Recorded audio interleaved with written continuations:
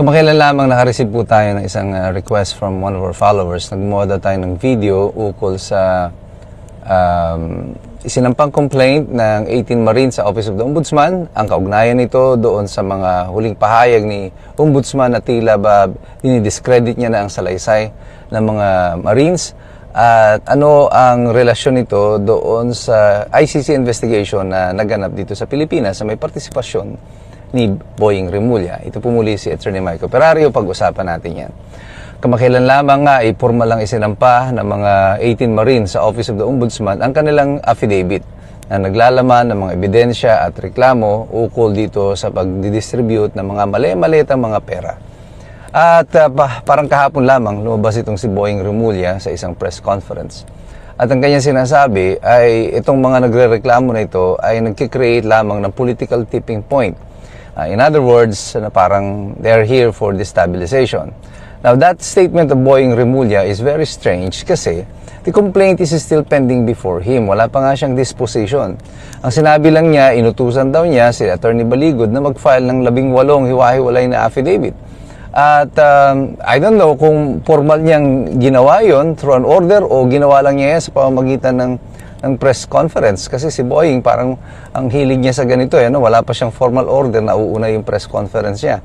Pero maganda gumawa siya ng formal order kasi magandang makita kung ano magiging justification niya for saying this. Because it is not necessary na magkaroon ng hiwa-hiwalay na affidavit para dyan. Kasi it is already contained in the affidavit at doon sa affidavit na nabasa ko, affidavit ng mga 18 Marines, kahit na iisang affidavit dito, it was divided in parts at malinaw naman mababasa mo doon kung kaninong statement yung nakapartikular doon sa mga bilang ng talata na meron doon. So hindi ka malilito kung kani-kanino yung statement na naroroon. Sa aking sapantaha, bakit kailangan paghiwa-hiwalayan yung affidavit? Una, wala silang masabi kung paano madidelay itong pag-action nila dito sa complaint ng 18 Marines na ito. Ikalawa, mas madaling ma-discredit itong 18 Marines o maisa-isa sila. Kung halimbawa aayusin mo itong mga witnesses nito ng hiwa-hiwalay, mas madali kung hiwa-hiwalay ang affidavit nila. Unlike kung ito ay contained in one single affidavit, then mahirap na isa-isahin na ayusin sila o magkawala itong mga testigo na ito because their statement is still contained in the affidavit. Now, kailangan ba talaga mag-execute ka ng hiwa-hiwalay na affidavit? There is nothing under the rules na kailangan mong gawin yun. As a matter of fact, the Ombudsman can even act motu proprio on its own, conduct a fact-finding investigation, or act on a anonymous complaint. Ang requirement lang sa anonymous complaint, dapat mayroong verifiable allegations or facts or evidence na kasama noong anonymous complaint. Itong affidavit na to, hindi ito anonymous. It is signed and subscribed by the witnesses that are there. May attachment ng mga pictures, kompleto sila ng ebidensya. So these are verifiable evidence. So walang basihan yung sinasabi ni Boying Remulla na kailangan ay 18 affidavit pa. At kung siya ay nag-iimbestiga na at this matter is already before him, why did he make a statement discrediting itong affidavit ng mga witnesses na ito, ng mga complainants, yung 18 Marines? Bakit sinasabi na niya na there are people behind them at that they're trying to create a political tipping point? By doing so, ay halos dinismiss niya na yung reklamo. At ngayon, binaliktad niya na yung sitwasyon. Sabi niya, alam na daw niya kung sino mga behind dito at ano ang kanilang purpose at pag-iimbestigahan na lang niya. So, ang nangyari pala ngayon dito sa Ombudsman, hindi na yung aligasyon ng mga Marino ang iniimbestigahan. Ang iniimbestigahan na yung mga Marino, yung mga testigo. Merong krimen na naganap at merong mga testigo at ngayon ang inimbestigahan mo yung mga testigo, hindi yung krimen. So, noon ko pa sinasabi ito that the Ombudsman apparently seems to be confused as to what role they are supposed to perform. Parang nalimutan na yata ni Ombudsman na the Office of the Ombudsman is an independent body, separate from the Office of the President, from the Executive Department. Pero ang kilos ng Office of the Ombudsman ngayon ay para siyang tagasalag na for the Office of the President. Basta mai-involve ang Office of the President, ang ombudsman agad ang nandoon. Hindi mo na nga maramdaman yung Secretary of Justice eh. Parang si ombudsman na rin ang umaakto ng pareho na papel. Parang naging dekorasyon na lamang yung Department Secretary ng Department of Justice. Now, kapag ang ombudsman is on its face, kita mo na agad na hindi pa nag-uumpisa yung investigasyon, may determination na siya, then due process is already denied this complainant because it would appear that the Office of the Ombudsman is no longer an impartial body. Dahil meron na siyang conclusion agad. At alam na natin kung ano ang magiging ending nito.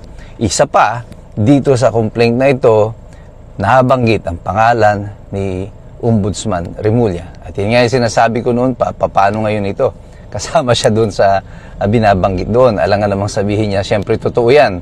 Although inamin niya recently na totoo daw yung aligasyon doon sa complaint na nag-participate siya doon sa ICC meeting. At yan ang sinasabi pa niya na kaya daw siya fair. Dahil kung hindi daw siya fair, bakit niya aaminin yun? Well, apparently, mukhang kaya niya inamin yun dahil hindi pa sila nagkakaintindihan ni Trillanes o di sila nag-uusap ni Trillanes sa kanilang script. Because Trillanes denied that there was such a meeting. And Boying Remulla claimed that there is.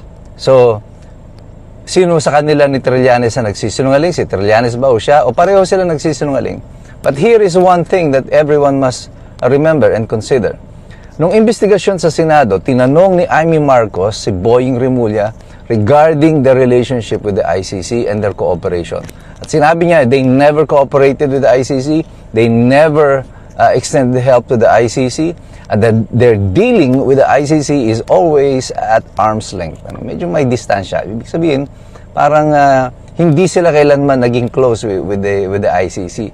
But now he is admitting that yung previous statement niya in the Senate, which was, I can't remember if he gave that in open court. Nonetheless, he is duty-bound as secretary to tell the truth to the Senate. Malinaw ngayon na doon sa investigasyon sa Senado, nagsinungaling si Boying Remulla.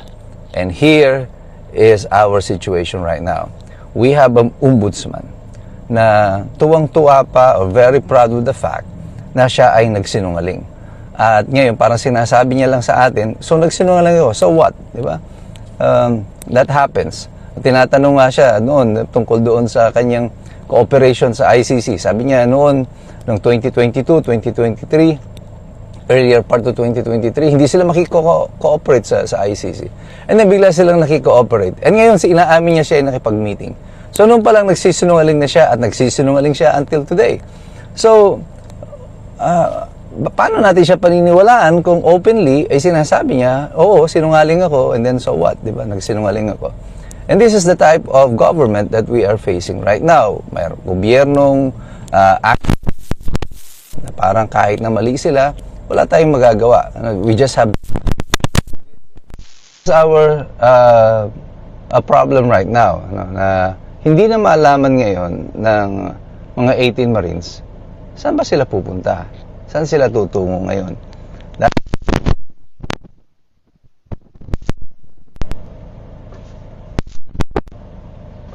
Ang mahalaga, hindi tayo bibitaw dito. Patuloy tayong magpa-participate sa diskurso at patuloy tayong mag-i-inform ng mamamayan. Kasi alam nating lahat, mahirap makialam ang taong walang alam. God bless you, God bless us all. Mabuhay ang Republika ng Pilipinas.